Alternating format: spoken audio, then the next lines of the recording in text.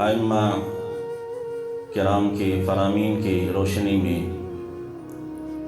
نماز کے متعلق چند گزارشات عرض کروں گا۔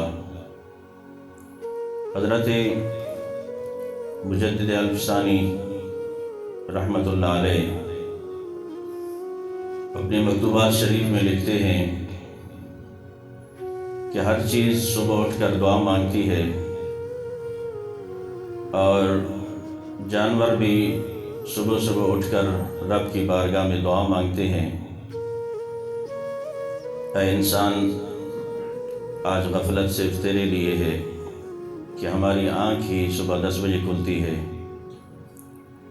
حضرت مجدد پاک علیہ الرحمہ فرماتے ہیں کہ جانور صبح صبح ہر دن اللہ تبارک و تعالیٰ کی بارگاہ میں اٹھ کر یہ دعا کرتے ہیں۔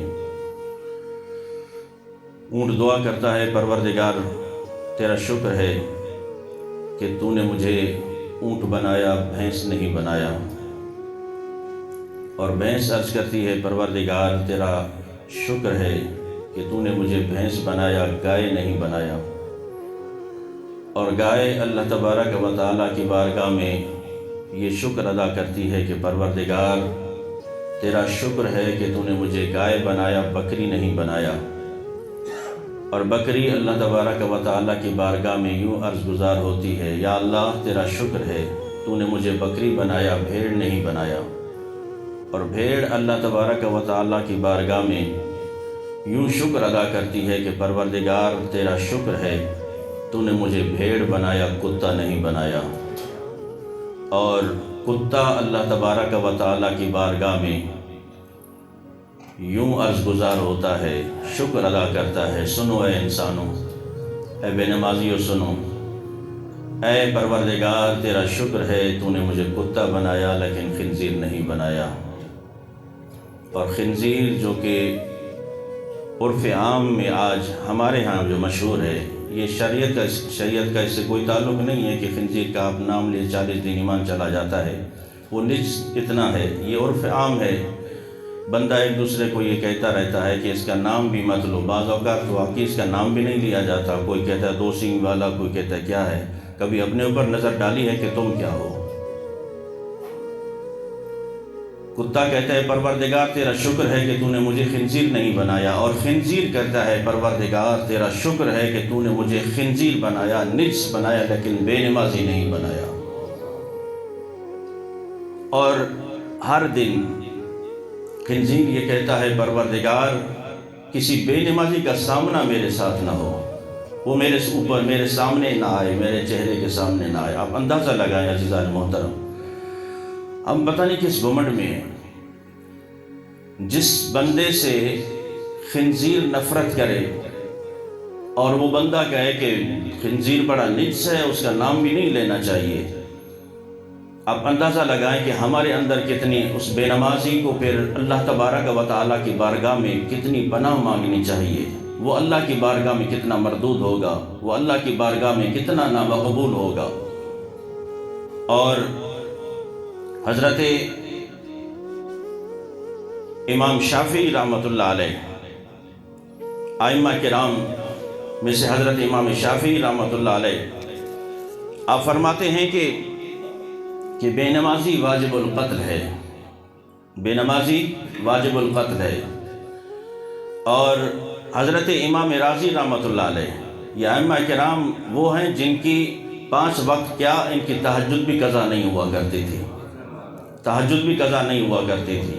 حضرت امام راضی رحمۃ اللہ علیہ فرماتے ہیں، اگر مجھے شریعت کی لگام نہ ہوتی، اگر مجھے شریعت کی لگام نہ ہوتی اور شریعت کی بیڑیوں نے میرے پاؤں اور ہاتھوں کو جکڑ کے نہ رکھا ہوتا تو میں باہر نکل جاتا۔ یہ جو بے نمازی ہنس مک کے نکلتے ہیں، کپڑے پہن کے نکلتے ہیں بے نمازی، میں ان پر آگ ڈال دیتا اور انہیں جلا دیتا، لیکن میں مجبور ہوں، مجھے شریعت نے لگام ڈال رکھی ہے کہ شریعت میں کسی ذی روح کو مارنا نہیں ہے، قتل نہیں کرنا، ورنہ ان کا علاج یہی تھا۔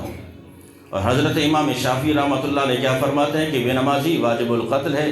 اور حضرت امام احمد بن حنبل رحمۃ اللہ علیہ فرماتے ہیں کہ جو بندہ نماز چھوڑ دے، ترک کر دے اور 40 دن تک نماز نہ پڑھے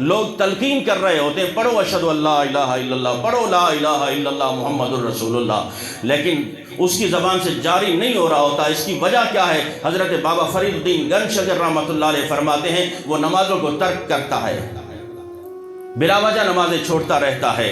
تو عزیزان محترم، اور پھر جن کے ہم سارے عقیدت مند ہیں، حضرت غوث اعظم رضی اللہ تعالیٰ عنہ، حضرت سیدنا شیخ عبد القادر جیلانی، جن کی ہم 11ویں پکاتے بھی ہیں کھاتے بھی ہیں، 11ویں قضا نہیں ہوتی، نمازیں قضا ہو جاتی ہیں۔ حضرت غوث اعظم فرماتے ہیں کہ بے نمازی اگر مر جائے، مسلمانوں پر لازم ہے کہ اس کی نماز جنازہ ادا نہ کریں، نہ پڑھیں اس پر نماز جنازہ۔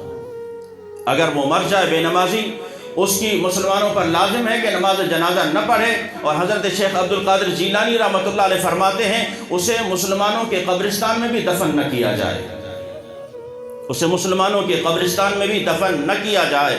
تو عزیزان محترم، آپ اندازہ لگائیں، جن ہستیوں نے نماز سے اتنی محبت کی ہو اور بے نمازی سے اتنی نفرت کی ہو، تو بندہ آج کس طرح ان کا نام بھی لیتا اور کہتا ہے کہ میں اس کا دیوانہ ہوں، ان سے محبت کرنے والا ہوں، پھر نماز کے قریب بھی نہ آئے، اس کی محبت اسے مجبور نہ کرے کہ میرے شیخ تو کبھی نماز قضا نہیں کرتے تھے لیکن میں 5 ٹائم قضا کیے بیٹھا ہوں۔ تو عزیزان محترم، یاد رکھو پھر قیامت کے دن کوئی عذر قابل قبول نہیں ہوگا، قیامت کے دن کوئی عذر قابل قبول نہیں ہوگا۔